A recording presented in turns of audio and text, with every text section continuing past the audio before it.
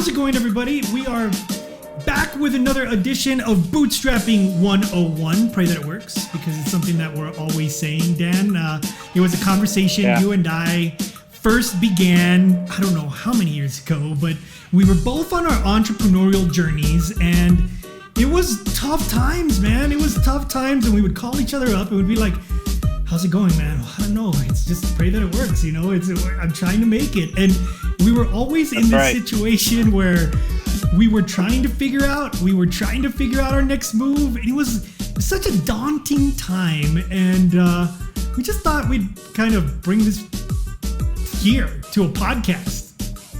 Yeah, bring the journey out. And that's actually what our podcast ends up being about today, is identifying the journey for others. Because when you're an entrepreneur, sometimes it legitimately feels like you're just on an island by yourself praying that it works. So pray that it works. Pray that, and that was our running joke. I mean, for those of you that are following us on Clubhouse, we usually record our podcast live on Clubhouse. That way we have a nice conversation develop.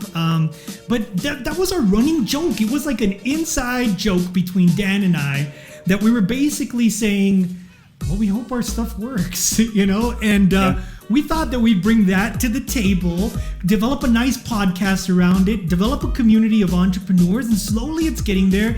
And today we have an amazing conversation that Dan stumbled on about bootstrapping and about how you can turn it into a multi-million-dollar project kind of quick. Dan, how did this all play out, man? What was the backstory behind this entire really interview you pulled off? So to kind of frame the conversation for you, it actually goes back to the beginning of the month when I discovered that the Save Our Stages funding that was supposed to come to my arts-related organization, which is shut down because of COVID and has been shut down for a year and 2 days now. I was going to end up having to pay a whole lot of money to get my books audited before I could even submit for the grant money. And I wouldn't know how much time it would take, or really how much I'd have to pay. So I started looking into the Paycheck Protection loans, the PPP loans as they're called. Yeah. And I looked online. I discovered a couple of companies. I tried to apply through my own bank. My own bank didn't take a loan that small. They also weren't doing first draws anymore. They were only doing second draws. And so I discovered this company, blueacorn.com, online. I looked at it and I thought, I don't know if that's legit. And I put it away, and then I saw some ads on Instagram, and I thought, you know what, with all the Facebook filtering of ads that's going on and Facebook cracking down on ads, this is probably pretty legit. Because I saw the ad on Facebook, I saw it on Instagram. It's also probably because I, was looking it up on Google. And so I went ahead and applied. And I put my PPP loan through. It took me almost 10 minutes. I had connected my bank account using Plaid, which is a fairly common bank account connection data processing tool. And was told, okay, well, you'll hear back from us in a couple of days. I got approved for the loan. I checked in CA Webs, which is the SBA platform. Yeah. Saw that the loan number had been issued, or the E-Trans number had been issued, and I got an email from Blue Acorn, which was an automatic email. It's an automatic email trigger, something that if you're in a small business that is online, you're probably familiar with email triggers. When something happens, boom, the email goes out, right? Right. Especially if you're a bootstrapper. So I got this triggered email that said that I should have received DocuSign documents to sign, but I hadn't received them. Uh-oh. So I called the phone number on their website. There's no name. There's nobody who answers. So I got on their chat bot. Their chat bot didn't really have a lot of answers for me when I connected with an actual human being that weren't right off of an FAQ text. So I sent an email to support. I didn't hear back within a couple of hours. And so immediately I start peeling back. It's like a red flag. I mean, you got like the little hairs on the back of your neck should be standing up about right now. Yeah. So I'm like, okay, well, great. Did I just apply for a loan and I'm going to be responsible for it? Did it go to some company I don't know about? That doesn't sound very sustainable. So I go into looking into this, right? I discover that this company has an office in a WeWork center in a mall in Scottsdale, Arizona. Okay. Which that also kind of gives me this like, I thought I was applying with like an established data processing company. I don't know what the hell's going on. So I call up the Arizona Hispanic Chamber of Commerce. And at this point, my personality trait is very much, I want to know who the hell this is. Oh, I know that personality trait. I've been your friend long enough. You were like probably really getting down to who am I working with here? Who did I just apply to? Yeah. Yeah. At the when I get really close to that ya estuvo, and I was getting really close to that. And so I called them up and I'm like, listen, they say that they've got a partnership with the Arizona Hispanic Chamber. And the guy on the phone who answered the phone, the guy who picked up the phone, who's probably in reception, something like that, says, yeah, we know who they are. We're a partner. They've got like 60,000 applicants. It was almost like he was reading off of a script. And At the chamber now. This is with the Chamber of Commerce. Yes. Okay. Well, that also made me go, well, maybe they're just a big donor to the Hispanic Chamber. Like maybe, and I'd start thinking, okay, well, this is probably some bunch of Republican white guys. They're going to take a large chunk of this loan that I applied for. What did I not read in the fine print? Like, is this too good to be true? Damn. And I'm like, all right, well, let me talk to somebody in charge. Because, that side of me came out. I'm sure Where's the manager? Did, man. I'm sure it did. And this guy gets on the phone and he says to me, yes, we're very familiar with them. This is not the first phone call we've received. What you need to understand is that we've known Jimmy Flores, who owns the company, for years. Because that was my first question. Who owns this company? He's like, Jimmy Flores. He says, we've known Jimmy Flores for years. He's very active in the community. He's really helped a lot of underserved businesses even prior to this project. And he started this project last year. Okay. To do data processing for paycheck protection loans for small businesses. And it's mostly Latino businesses. And if you come back to our other conversations, Latino entrepreneurs, and I'm really not concerned about anybody else. As a Latino entrepreneurs, we tend to be bootstrappers. We tend to be people who use our savings. We use our credit cards. We hit up family and friends sometimes. Yeah. And very definitely when we are first starting out, a lot of times the support for what we're doing might indirectly come from family members. Maybe if we've got kids, we've got family members who take up the slack and picking up our kids. And so there's a lot of indirect support, even if there's not monetary support. So really, that's who you are as a bootstrapper. You're not able to just pay the nannies y toda. Right. So they're telling me about Jimmy Flores' story, and I'm like, well, can you put me in touch with him? Because at this point, I recognize that he's in the startup phase where he's gone from his initial MVP to being in that bottleneck of, I'm inundated with more business than what I can handle at this moment, and I don't know how to deal with it. Yeah. And just as an aside, most people don't know how to deal with that bottleneck in a way that is comforting to their customers. I didn't. I had to learn that skill set when it happened to me with my ticketing company. We were open for 6 months and then boom, I didn't have enough people on staff.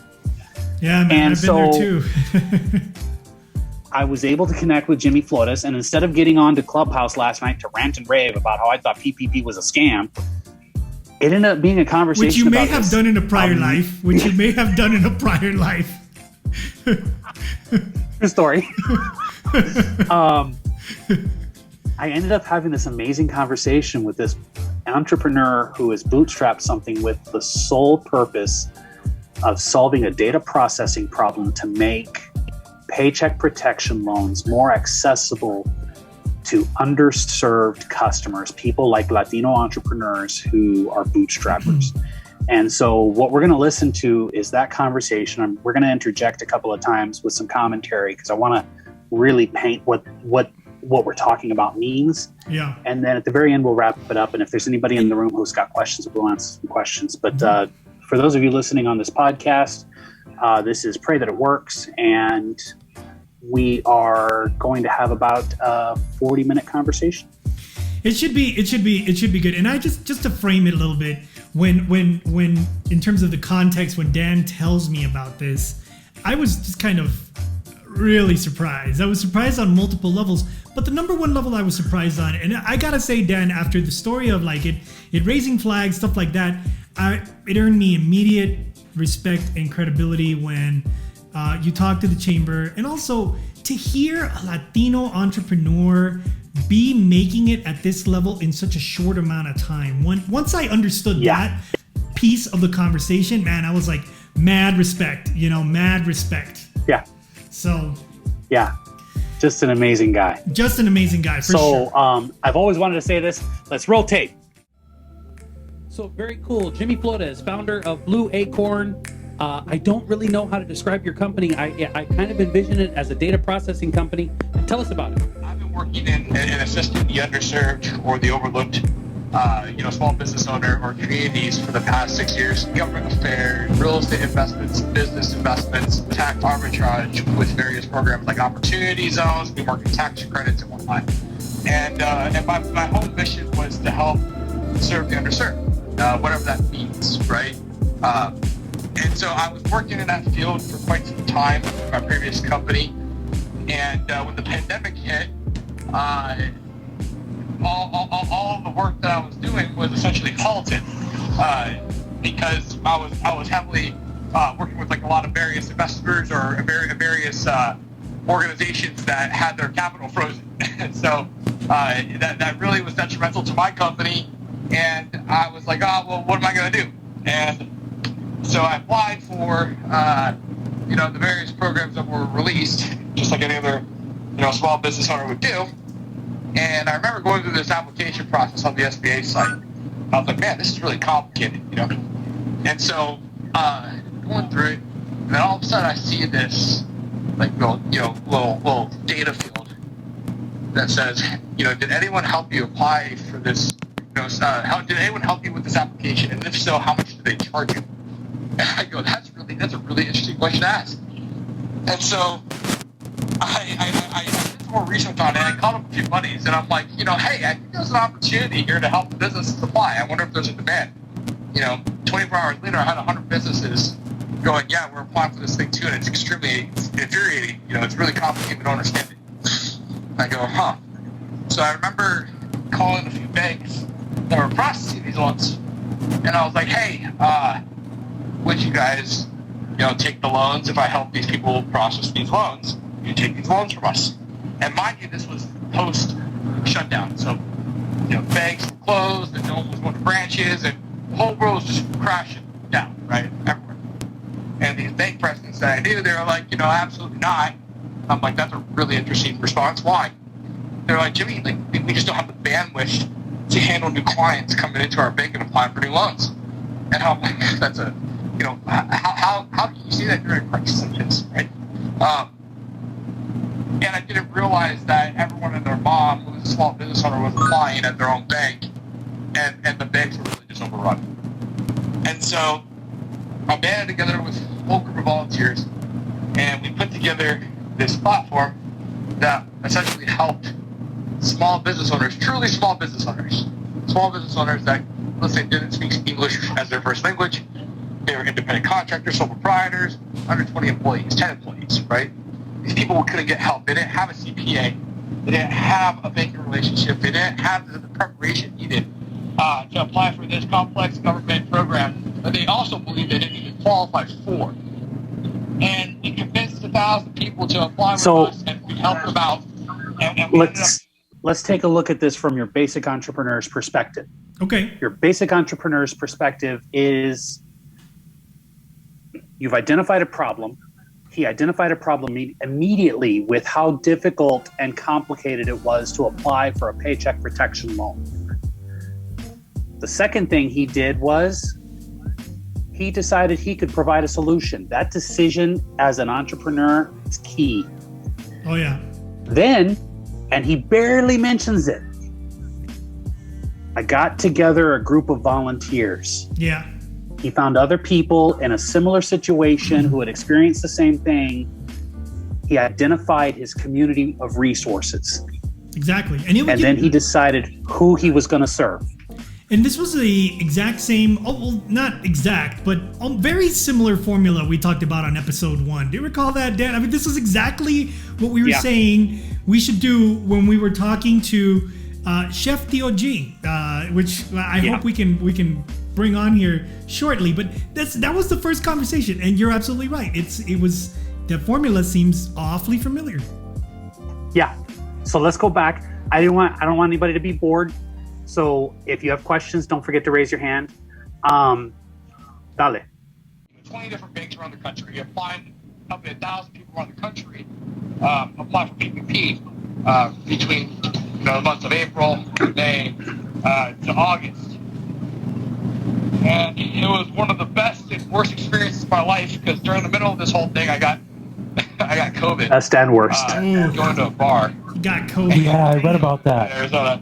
Yeah, and I ended up going to the hospital almost dying because I couldn't breathe, and because of that story, I went public with it because I thought it was important. I was one of those guys where, I was just like this big individualistic person that was like, if I get it, I get it. Everyone else is going outside, I'll go outside. When the country is opening up, right? And sure enough, I get it, and I get it really bad, and I go to a bar and get COVID, and now I'm in the hospital, can't breathe. It's crazy. And I told my story.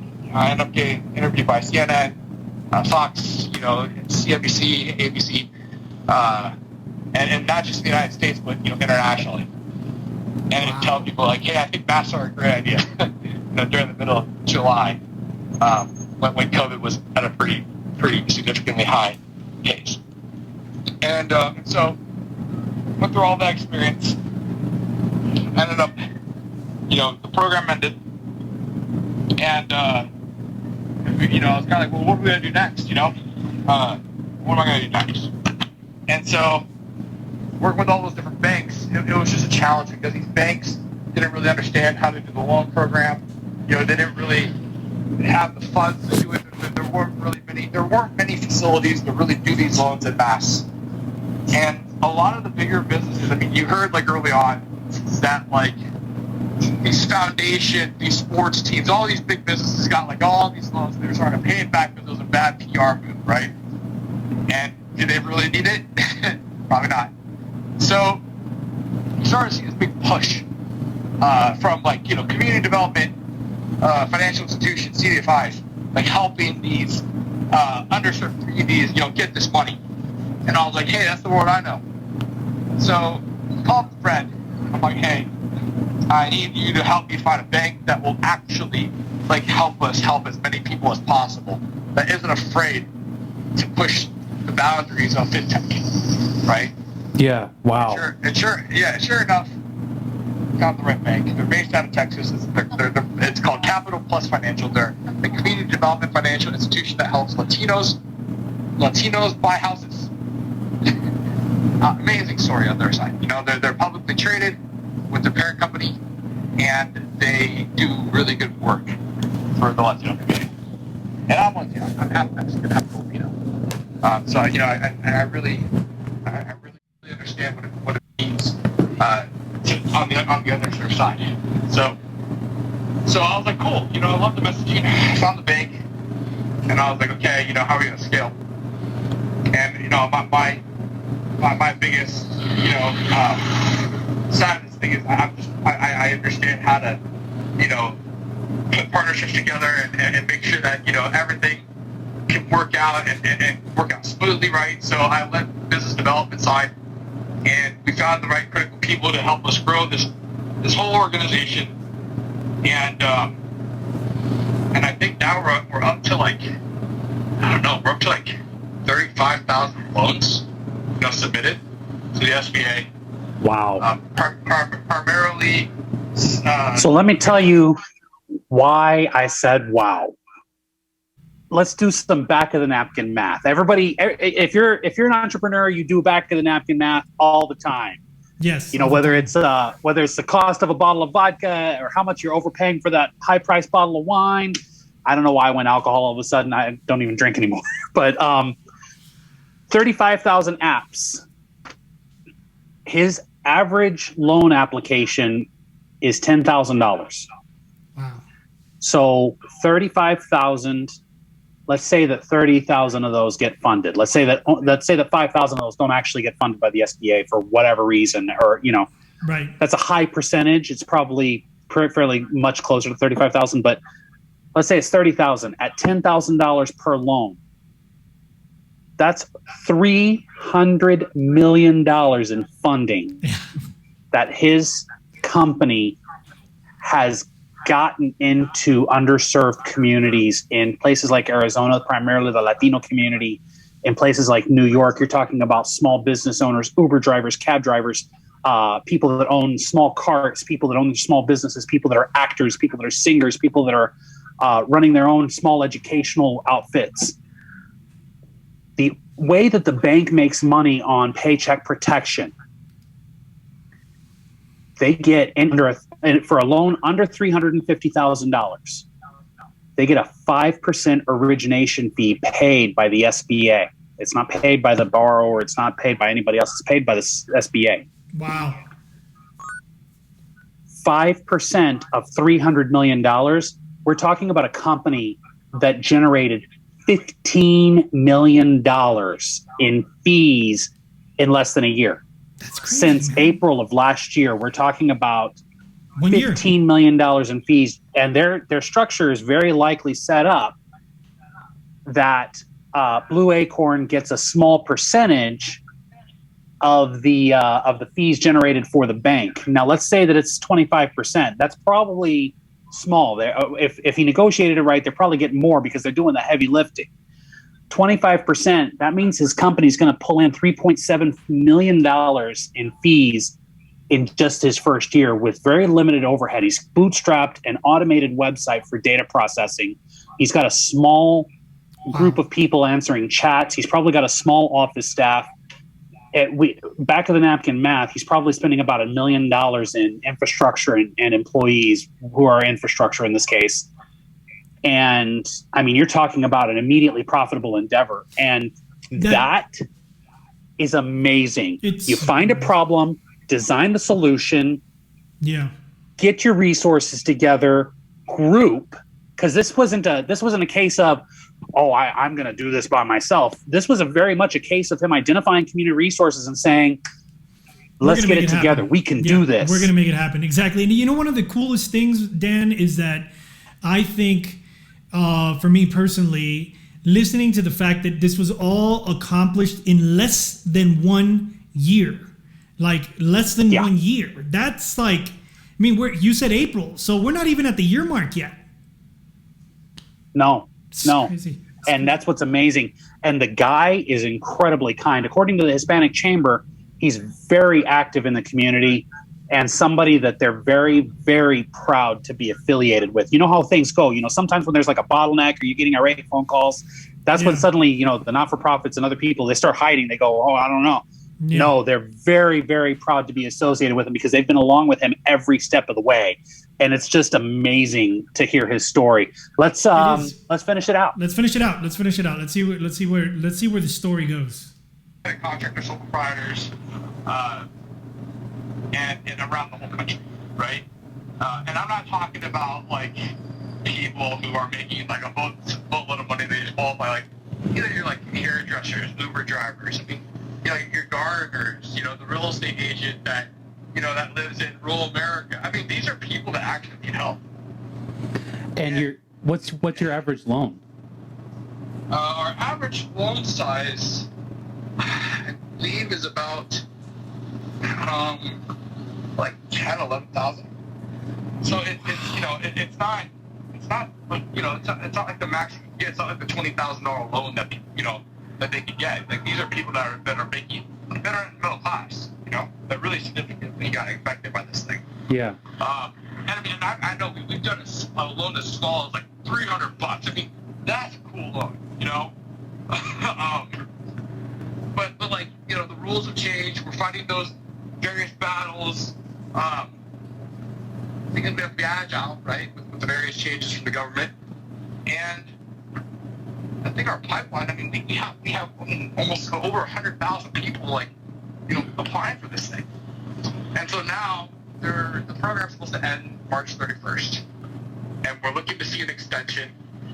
It just passed the House. There was 2 people that voted against it, but it passed the House. It's going to go to the Senate. So we're looking to see an extension of the program past May 31st. And there's still a lot of money left. I think there's still $100 billion left. And the main focus is to just get to as many of these independent contractors, sole proprietors as possible, because those are the people that they don't even know they qualified. They don't even know that they can get this money. There's a lot of education there, and now with the rules changing, you don't have to go off the number of your net profit of after your expenses. It's now based upon your gross income, the line 7 on the Schedule C, to where if you made $60,000 a year, driving for Uber and doing Uber Eats and also doing side gig jobs, right? And even though you wrote off $40,000 from expenses because you had gas and all these other things, you'll get your loan based upon the $60,000 income. Which, if you divide by 12, you multiply by 2.5, that becomes the loan amount that you'll be able to get, which I believe it's like $12,000, I think. Yeah, 12.5. That's amazing. And you guys, so you put together a team. You very quickly established the actual data tech, which, and I'll fully disclose this. This whole conversation came about because I applied for a Blue Acorn loan, having found out, I applied for a loan through Blue Acorn, having found out from a Blue Acorn ad on Instagram that it had been opened up to independent contractors and self-employed. And I had been waiting to see if I would. I'm in performance arts, so I had been waiting to see if I would qualify for a Save Our Stages grant, and that they wanted an audited financial from 2019. And when I started checking around how much it costs to audit a financial, I was like, I might as well just apply for a PPP loan if it's forgivable. It's the same thing, and it ends up being the same amount without having to pay for the audited financials. So, oh my gosh! Yeah, no, for sure. And it's amazing. You put together the tech, you put together the team, you put together the funding, and now you've got you've got thousands of applications in queue. That's amazing. That's such an amazing story, and it's all geared towards in the Latino financial community, we tend to be your small 1 and 2 employee businesses. We tend to be the bootstrappers. Do you mind if I ask you how did you put together angel funding? How did you get the funding to do all the tech and all that expansion? Sorry, I thought you muted that. We completely bootstrapped it with zero funding. Get out. So wow, that's amazing. It's been, dude, this is the wildest experience I've ever done in my life. I mean, this definitely thing, the wildest right there, Dan. Wow. It's just been a phenomenal journey, right? And it all started with the bank. I mean, the bank gave us a shot. We truly went in this thing with just wanting to help people. That's really it. Like, my background is helping people. I wanted to help my community here in Arizona, and even around the country, because it grew nationally with, helping investments go into the right areas and helping the people that actually need help, working deals that in communities where it made sense. It wasn't about the dollar sign, it was about the actual impact. And the bank that we chose. So it's not only a bootstrapper story, it's an entrepreneur story and a social entrepreneur story. And he's Latino as well, regardless Absolutely. of the last name. It's been quite a journey, man. And our team, we have a team full of diverse people, and I just think that the whole journey of how we got here, I mean, it starts with the bank. The bank gave us a shot. We built this amazing platform. We built the compliance components of it. I mean, we're doing our best. I know that a lot of people are patient, or they don't get responses back quickly. Especially people that need this money, right? But I really know that people just if they see the timeline of the other banks. I mean, we are providing the absolute best service that we can within the constraints that we operate in. And I mean, it is such a journey, man. I really don't have any other words for it other than it's just surreal, right? Yeah. How many people we're helping. So the Arizona Hispanic Chamber of Commerce, they're big fans. That's actually how I found out who owns Blue Acorn. I probably couldn't. And I know Monica over there very well. I know Izzy. I was the one who talked to them about Blue Acorn since the start. And they're great, you know. So. And where do you see yourself? So at some point, we're hoping that the pandemic is going to end. And when the pandemic comes to an end, there will still be PPP loans out there where people will have to file their compliance paperwork to get forgiveness and go through that. And hopefully by that point, you will have been paid some sort, probably part of the origination fee, right? And where do you go from here? How do you expand what you're doing beyond, or have you thought of that yet?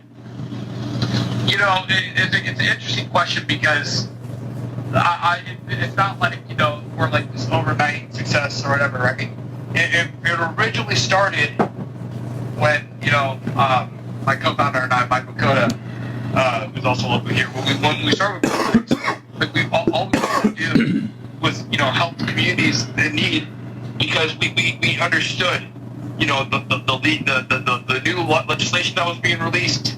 We jumped on it, we learned it, and we got in the mix, we got little things. I ended up speaking nationally about opportunity zones, going to various forums, and really just jumping, right? And so this is no different. This was a new legislation. We jumped into it, and we learned as much as we could, and we worked with the right people to make it happen, right? So one thing that is consistent with what Michael and I do is we both understand that we need to work with great people, especially with new opportunities. And now that we have done this successful program with our partner bank, right, there may be opportunities to help these people not only just survive this pandemic, but stabilize and strive towards success. What other programs can these people qualify for? Yeah. Can they get grants? Can they get other loans? Can they get access to different products and services that will only help their business? Why couldn't they open up a bank account with us? Why couldn't we help build a bank for the underserved or the overlooked or the independent contractor? Yeah. These are different ideas that are there, and ideas are a dime a dozen, but if you have the right team, then you can execute on these things.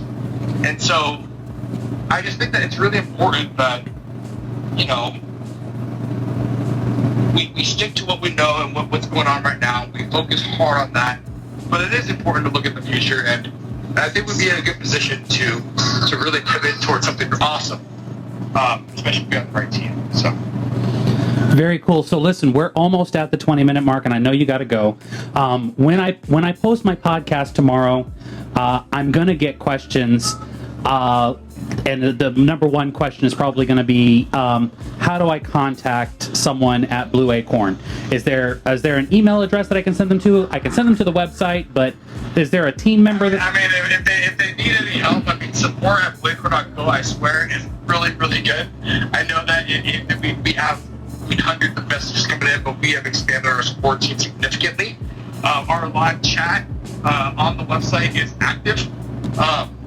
I believe we do have a phone number now, but we're moving at lightning speeds. So we are definitely getting to all the messages and all the inquiries as much as possible. But they can reach us, and we will reach back. I mean that's no doubt. So I'm just going to share that when I own a ticketing company in New York City, and when we first opened, we weren't very busy for about 6 months. And then all of a sudden I was understaffed. I couldn't handle all of the incoming orders all at once. I don't know where they came from, but suddenly customers started falling out of the sky on us. And I had that momentary bottleneck. It was about 3.5, 4 weeks where I just had to hire. Like, okay, you can answer a phone, great. You can go out and talk to people, great. You can run to a theater, fucking fantastic. So You'll get through it, man. And I'm super, super amazed at what you're doing. Man.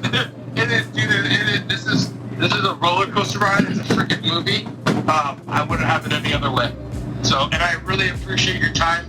And I really appreciate your patience with our company. I'm really happy that you had a successful journey with us on, with your loan. And I just really hope that whoever's listening to this just knows that they can rely on us to get them the financial need that they have right now with PPP. So, Jimmy Flores, I cannot thank you enough. I'm also going to submit this as a submission to Marketplace with Kai Rizdal on NPR, because you just have an amazing story. Hopefully they'll reach out to you, and thank you for what you're doing for the Latino community, and thank you for what you're doing for small businesses, man. Seriously, thank you. Absolutely, man. I appreciate you. Talk to you soon. Thank you, sir. Goodbye. Wow, Dan. I mean, smile on my face that you could see ear to ear. What an amazing conversation, buddy. And the fact that you bring it here to share with us in our, community, in our little podcast of, bootstrapping, pray that it works. This is quintessential, buddy. Quintessential pray that it works material. Yeah. That was just such a good conversation, man. Yeah. And, the key is community. If you have the right team, and in his case, he's also concerned with serving his community and he's making money at it. But I think that's where the key comes in. It's just an amazing story to have stumbled across. And you don't find many people that go from calling a customer service line to calling angrily to saying, let's have a conversation that we can put out there, because your story is amazing. Yeah. And as an entrepreneur, to recognize the journey while someone's on it, that's key, man. And talk about success. This is it's just an amazing story. It's something that I hope that we emulate with beNeXT. I hope that it's something that we emulate with our projects. I hope that it's something that the people that are listening to this are inspired to emulate, because all you have to do is identify a problem, help people solve it, identify a community of people to work with, identify your resources, prove your product, and then take it to mass market. And here's the thing, man. You don't have to be like a shyster, in terms of the hard sell. There was a need. There was an active need. People were I remember I was looking for what resources were available for organizations like mine when the pandemic first hit, because I was hemorrhaging money out left and right, man. I was having to refund people. My bank account was headed towards a cliff in terms of the business bank account. I did not know what to do. My head was not on straight. I don't know how many conversations you and I had during that time. I mean, countless, too many to count. Yeah. And dude, it was just, so to hear him identify that, work to build his crew together, build his resources, go bank after bank, looking for how to meet this need. And then by just meeting the need alone, he was able to make a living for himself, and basically the foundational framework for the future of his company, which he started laying out for you, by the way. He started saying what the future would look like. Business services, business tools. It was great. I mean, 35,000. He's got 35,000 customers right now that he has a proven track record with. That's an amazing place to continue the journey, Amazing place to continue, man. It's just, and one of the things I want to do is, one of the members that has been on with us since episode 1, sharing his entrepreneurial story, was Chef Theo G. To give people a little bit of an update, we asked Theo G to come on. We asked Theo G to tell us what's going on.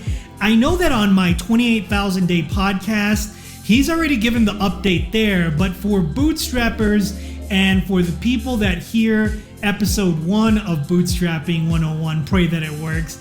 I mean, Chef Theo G, you left us talking about your dreams, your hopes, how you plan to do it, how you wanted to do it.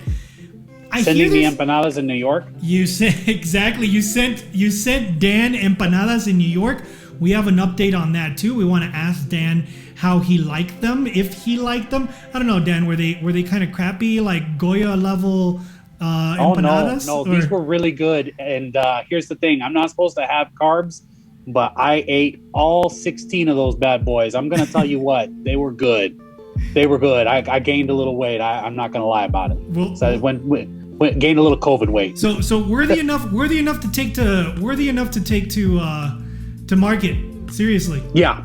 Seriously. Professional level, industrial level, and just very tasty. Like that's the thing, is that you lose taste when you start industrial production, or when you start production to mail out. And just he's got an incredible mastery of his product at the moment, and I'm looking forward to seeing him come to market in a big way. Man, I am too. On that note, Chefe, ¿cómo está?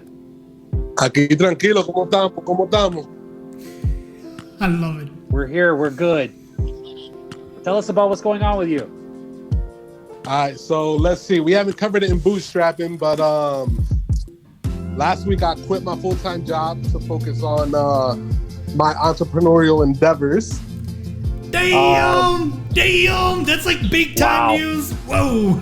Yeah, that's a big decision too. And yeah, man. Why me? What was that? And who'd you have to get permission from? Oh, my wife. It was one of those things where we had been planning for years that, we were going to do something that, I wanted to make empanadas. I wanted to give back to the community. And I had started a new job to be closer to home, to work less hours. And where I was working at really wasn't for me. And she could see that. And it came down to, the conversation of, all right, how are we going to do this financially? Can we afford, the things in our life with just one salary, while you're planning and developing and just really trying to increase the scale of your operation?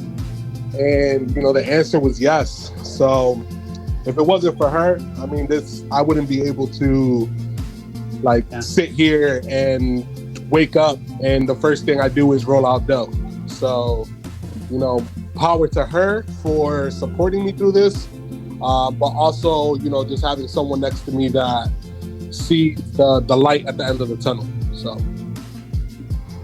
Yeah, identifying your resources is key. Making sure you've got the support of your family and friends is key. That's the bootstrapping way, man. And that's also how Latino entrepreneurs tend to get started. And that's great. So I've seen a little bit of sales activity. Tell us about your sales activity. How are you selling? Who are you selling to? And kind of what's your volume? What are you looking at this week? So, I think we have, actually we're working on that right now. I think for tomorrow we're at 13 orders on Saturday. I have 12 orders next Tuesday and 8 orders tomorrow. So, and you're talking orders anywhere from 6 empanadas to 12.5, I think is the largest order that I have. But, right now we're just selling to family and friends, man. We're trying to develop that community of people that just enjoy the product and will, eventually spread the word for me, as we keep on trying to just, increase what we do and being able to increase the output.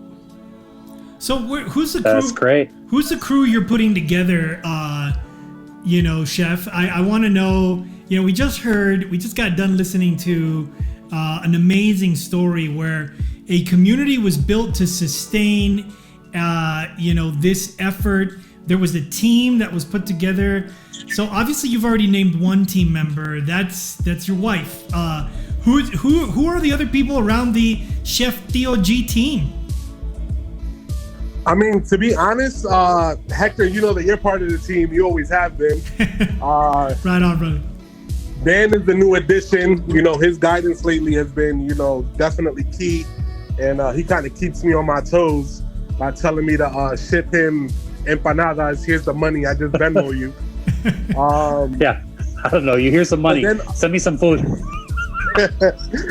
But then, you know, I have, you know, family members that, you know,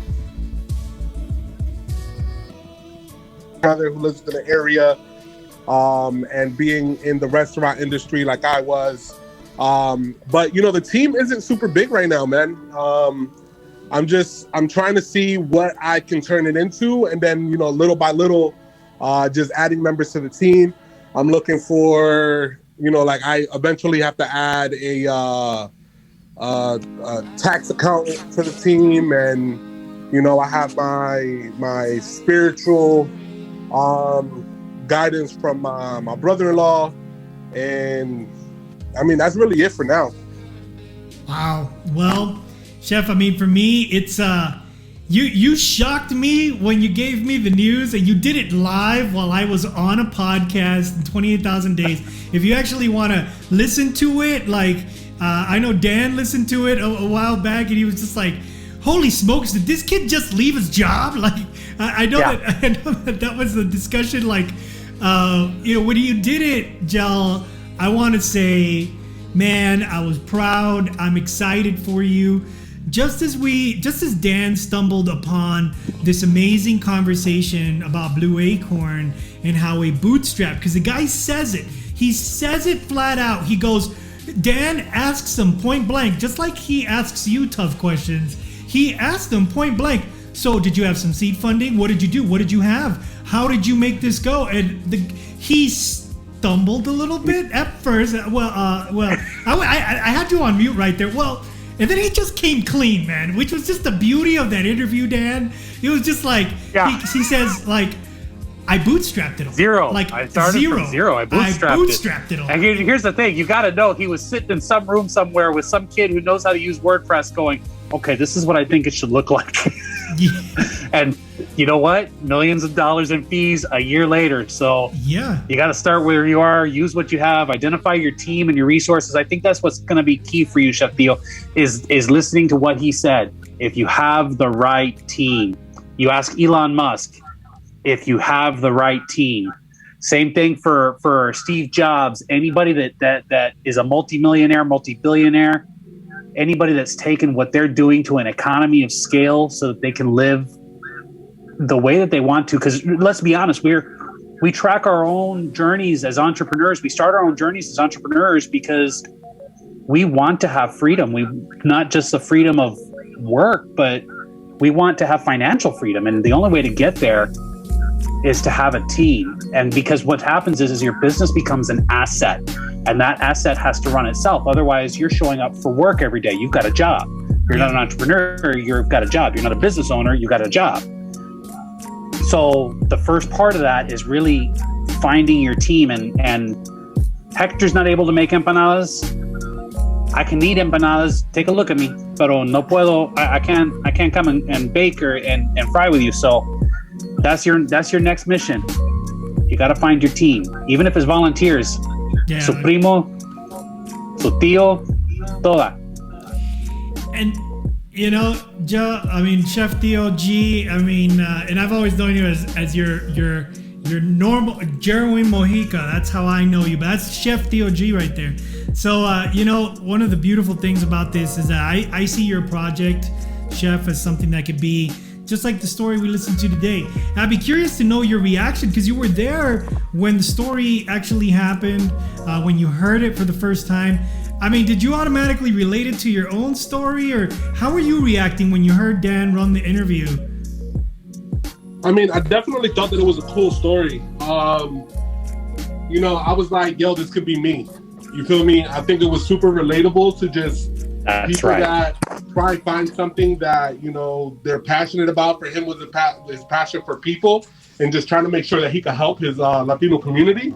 And it evolved from there. So super relatable. And, you know, I was just like, hey, this could be me eventually. You know, it really could. That's right. And, you know, it may be difficult to conceive of a project like, you know, selling empanadas in terms of a multi-million-dollar project, but Chef, I really do believe that you can turn it into something like that. Think about all the very many things that you've already shared with us in private, not only about the culinary experiences you want to develop. I heard the other day in a clubhouse room with over 200 people, it was the Latin town hall meeting, you were in there talking your empanadas, and people were telling you that they wanted to fly you to LA to get you to sell to them or to build a culinary experience for them. I mean, there's already a demand there where people would actually fly you in for events. And I just picture this, man. This is just me envisioning your project. It's like, my gosh, you can run big time events, big ticket events. You could have Theo G empanadas in the freaking Grammys, dude, if you wanted to. You can also pick up big ticket, like, consumers. Like, think about school districts and how they're going to ramp back up into being able to feed kids once the pandemic is over and they're not doing this intermittent stuff. Do they have their cafeterias? Yes, but there's also going to be a need for additional food providers because there will be a greater need for after school programs, that kind of stuff. Right now, schools are delivering to homes where they know kids depend on school for their meals. You can get into that level of contracting, and from what I hear from Dan, your frozen enterprise was pretty on point. Yeah, it's great. So we're kind of running here into the end. Thank you, Theo G, for the update. Your journey is amazing, and I look forward to listening to it and giving advice when necessary and helping you to find the right questions to ask. And Hector, it's always a pleasure to talk to you, man, especially when we're talking about life's journeys, man. I'm on day 16,019. And you know, I've only got 8,000 more if I'm lucky, so that I can actually do something with. So I'm looking forward to spending them in days like this and conversations like the one I had with Jimmy Flores and trying to connect my fellow community members together. Absolutely, man. Praying that it works. Spending the next day praying that our stuff works. And you know what? We know Chef Theo G is praying that it works. We know that there was a moment where Blue Acorn was praying that it worked. We just heard it thanks to your amazing interview. You know, and I think we're on to something, buddy. This is only episode 2, but the beNeXT platform is ready to go. It's like good to go. We're going to be building community of people that are like-minded, that want to talk about praying that it works, that want to talk about bootstrapping, that want to live that story, live that life, because it's a different life, Dad. And you got to admit, we've taken the road less traveled, buddy. We really have, in more ways than one. And for those of you listening, it's beNeXT.org. That's beNeXT.org. You can find our podcast, Pray That It Works, there, or wherever you get your podcasts. You can also find 28,000 Days, which is Hector Lopez podcast and journey. You can find that there. And I would encourage you to go and listen and to sign up for our newsletter. Yep. We've got things coming out. We've got business tools that are free for right now when they're in beta testing that you can access. And we encourage you to join our movement. And for those of you that are in the middle of business and you've just started and you're thinking about starting, don't forget, start where you are, use what you have, do a little bit better every day, and don't forget to pray that it works. Don't forget to pray that it works. And we're in the works of continuing to follow Chef Theo G. Stay on the lookout for Chef Theo G doing some of his own documenting of his own journey with us. That should be a lot of fun. So until next time, think big and pray that it works.